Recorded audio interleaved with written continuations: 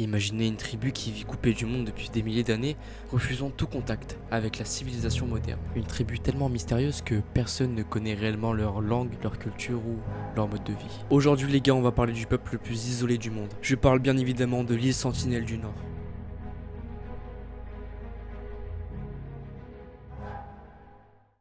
L'île Sentinelle du Nord se trouve dans la baie du Bengale. L'île mesure environ 60 km², soit la taille d'une petite ville. Elle est recouverte d'une jungle dense protégée par des récifs coralliens dangereux pour les navires. Ces barrières naturelles font de l'île une véritable forteresse. Le Sentinelle appartient à l'Inde. Mais depuis 1996, personne n'a le droit de s'en approcher à moins de 5 km.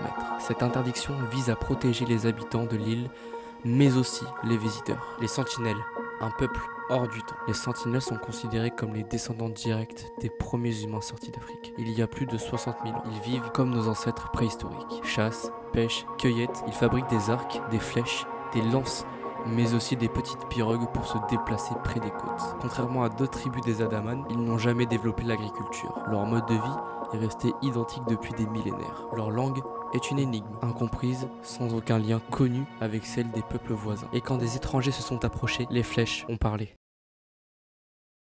Les premiers récits datent de 1867. Un navire indien, le Nineveh, s'échoue sur leur récif. Les survivants passent 3 jours sur la plage avant d'être attaqués par les sentinelles. La marine britannique doit intervenir. Par la suite, les colons tentent d'explorer l'île. Mais à chaque fois, les sentinelles défendent leur territoire avec une hostilité farouche. Contrairement à d'autres tribus Andaman qui ont fini par céder au contact, les sentinelles, eux, n'ont jamais cédé. Même les cadeaux n'ont pas suffi. Dans les années 1970, le gouvernement indien organise des expéditions pour établir un contact. On apporte des noix de coco, des bananes, des jouets ou même du fer. Parfois, les sentinelles récupèrent les objets, mais le plus souvent les arcs se lèvent et les visiteurs doivent battre en retraite.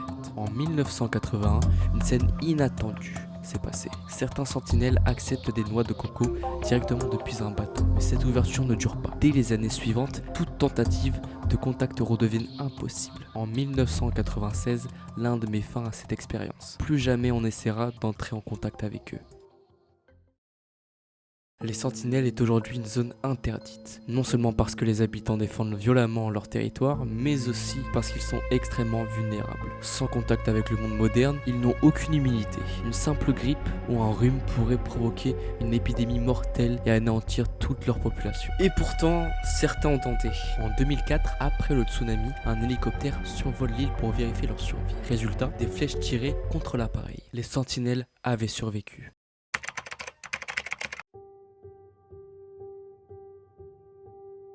En 2006, 2 pêcheurs approchent trop près, ils sont tués immédiatement. En 2018, John Allen Shaw, un missionnaire américain, débarque sur la plage pour pêcher le christianisme. Il est tué dès son arrivée. Son histoire choque le monde entier et rappelle à quel point cette tribu veut rester isolée.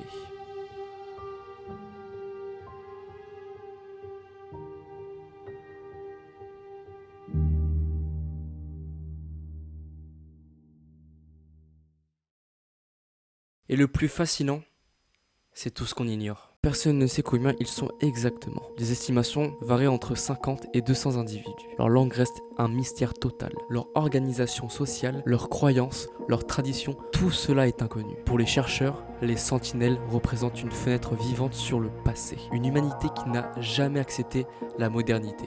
Les sentinelles de l'île de Sentinelle du Nord ne sont peut-être pas les derniers véritables hommes libres. Leur isolement est à la fois leur force et leur fragilité.